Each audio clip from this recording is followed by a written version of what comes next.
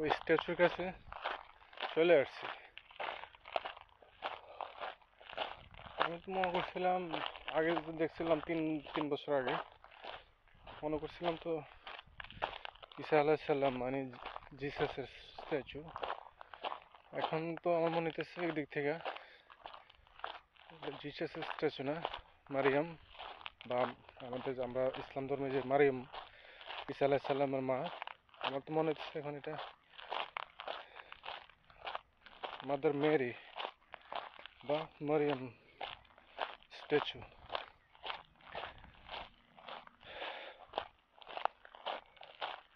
আসলে আমরা খুবই লাকি, কেননা রসুল সাল্লাহ সাল্লামের তো কোনো নাই, পিকচারও নাই, কোনো স্ট্যাচুও নাই, বা কোনো কোনো কিছুই নাই আমরা দেখার মতো। আমাদের যারা সৎসুকে দেখছে না সাহাবিরা ছাড়া, আমরা ওনাকে দেখার মতো বা উপলব্ধি করার মতো কোনো ভিজুয়াল কিছু নাই। ঠিক আছে, তবে ঈসা আলাইসাল্লাম যারা খ্রিস্টান বা ঈসা আলাইসাল্লামের যারা অনুসারী, তারা কিন্তু ওনার ছবি, আসলে উনি কি দেখতে আসলে ছবির মতোই, না আসলে তারা পরে এটা ইয়া করছে, কারণ এটা তো আমাদের রসুল সাল্লাহ সাল্লামের আগের ঈসা আলাইহিস সালাম, বা 600 বছর আগের। এত আগে তারা কিভাবে, ওই সময় তো এত আধুনিক ছিল না, কিভাবে তারা যে পিকচার এখন বা স্ট্যাচু যে আকৃতি বা দৈহিক আকৃতি বা চেহারা ওইভাবে বানায়, কি দেখতে এরকমই ছিল না আরো কোনো রকম ছিল, তা তো আসলে গ্যারান্টি দিয়ে বলা খুবই টাফ। তো যাই হোক, যদি এরকম হয়ে থাকে, তো মুসলমান হিসাবে ঈসা আলাইহিস সালামের মায়ের বা ঈসা আলাইহিস সালামের ছবি আমরা দেখতে পারতেছি, তারা দেখতে কিরকম ছিল। আসলে এই হিসাবে আমরা লাকি বলতে পারি, কারণ এক এক জায়গায় এক এক রকম দেখা যায় পিকচার। এখানে একরকম দেখবেন, প্লাস মুভিতে বা অন্য জায়গায় যে কোনো জায়গায় পিকচার আসলে দেখতে একরকম হয় না, চেহারার যে ফেস ফেস কাটিং যে হয় একরকম হয় না।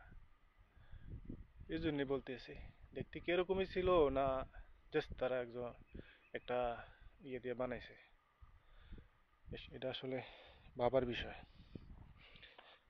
যেমন ঈসা আলাইহিস সালামেরও প্রায় এক এক জায়গায় এক এক রকম হয়, দেখতে সব জায়গায় একরকম হয় না। যে ছবিটা যারা অঙ্কন করে বা স্ট্যাচু বানায়, বা সব চার্চেই ঈসা ঈসা আলাইহিস সালামের স্ট্যাচু আছে, কিন্তু এক এক জায়গায় এক এক রকম। কোনো জায়গায় যে চেহারা একরকম হয়েছে বা এরকম গাইডলাইন আছে কিনা তারা যখন বানায়, আমার তো মনে হয় না। তো যাই হোক, আরো একদিন আগে আসছিলাম, কিন্তু এই জায়গাগুলো তো পাকা পাকা ছিল না, জাস্ট একটু বেড়া দিয়ে রাখছিল, ব্যারিকেড দিয়ে রাখছিল, কিন্তু এখন তো পাকা করে একবারে সেরকম করে ফেলাইছে। তো এই জায়গাটার নাম হচ্ছে মন্দুলিও থিউইল। মন্দুলিও একটা স্টেট বা ছোটখাটো একটা ইয়ার মধ্যে পড়ছে, যেমন আমরা বলি কোটবাড়ি, কালীর বাজার, এরকম মন্দুলিও থিউল, যে আমাদের যে একটা প্রভিন্স, এটা হচ্ছে থিউল। এখানে একটা বড় একটা বেল আছে, একবার এখানে বেলতে উঠা ঘন্টা বাজাইছিলাম। এখন দেখি বেলটা উঠা ঘন্টাটা বাজানো যায় কিনা। টং করে একদম মারছিলাম। হ্যাঁ, এই যে বড় একটা বেল্ট আছে এখানে, বেল, বেল্ট না বেল। এখন ওখানে ওঠার চেষ্টা করলাম, কইরা দেখি মারতে পারি কিনা। হ্যাঁ, গেটটা বাইরে ওঠা যাবে, ওঠা ওইখানে যাওয়া যায়।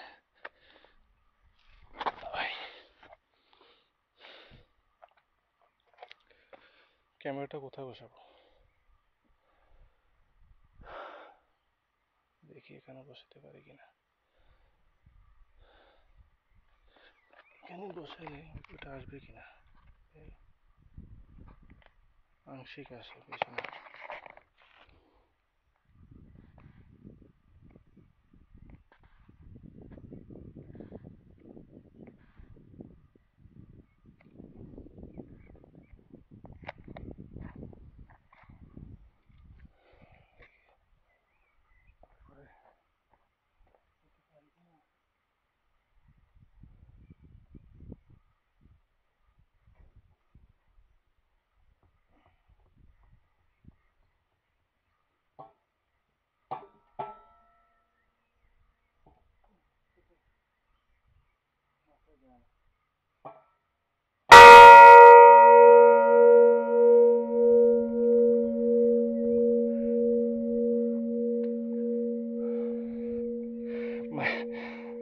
অনেক দূর পর্যন্ত গেছে শব্দটা।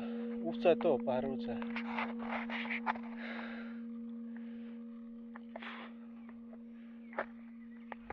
এখনো ঘন্টাটা আসতেছে।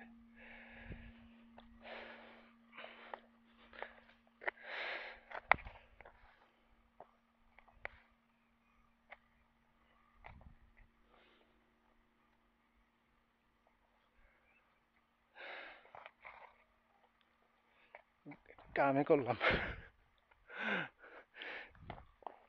কামে করলাম।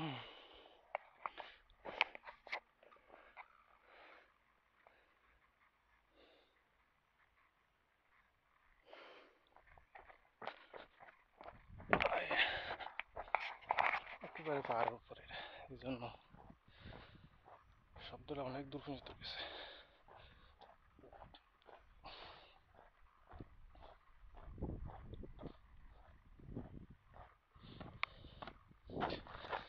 কটা বাজে?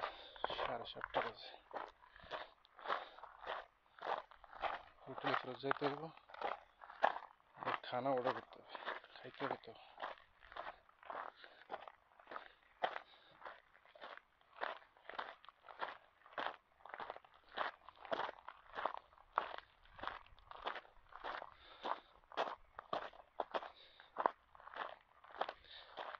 কাক পক্ষীও দেখলাম না এখানে, একটা মানুষ ছাড়া। তিনটা দেখছি, আরো তিনটা ছেলে দেখছি, কম বেশি 12-14 বছর হবে এরকম। তিনটা ছেলের দিকে হাঁটতেছে।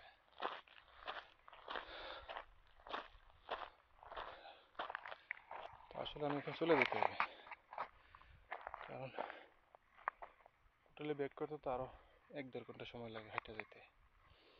তো কালকে বা অন্য যে কোনো সময় পেলে এই জায়গা থেকে আবার স্টার্ট করাম, ওইদিকে যাওয়ার লেগে। এইদিকে যাবো, স্টার্ট করে ওইদিকে যাবো, ওটা আরেক পাহাড়।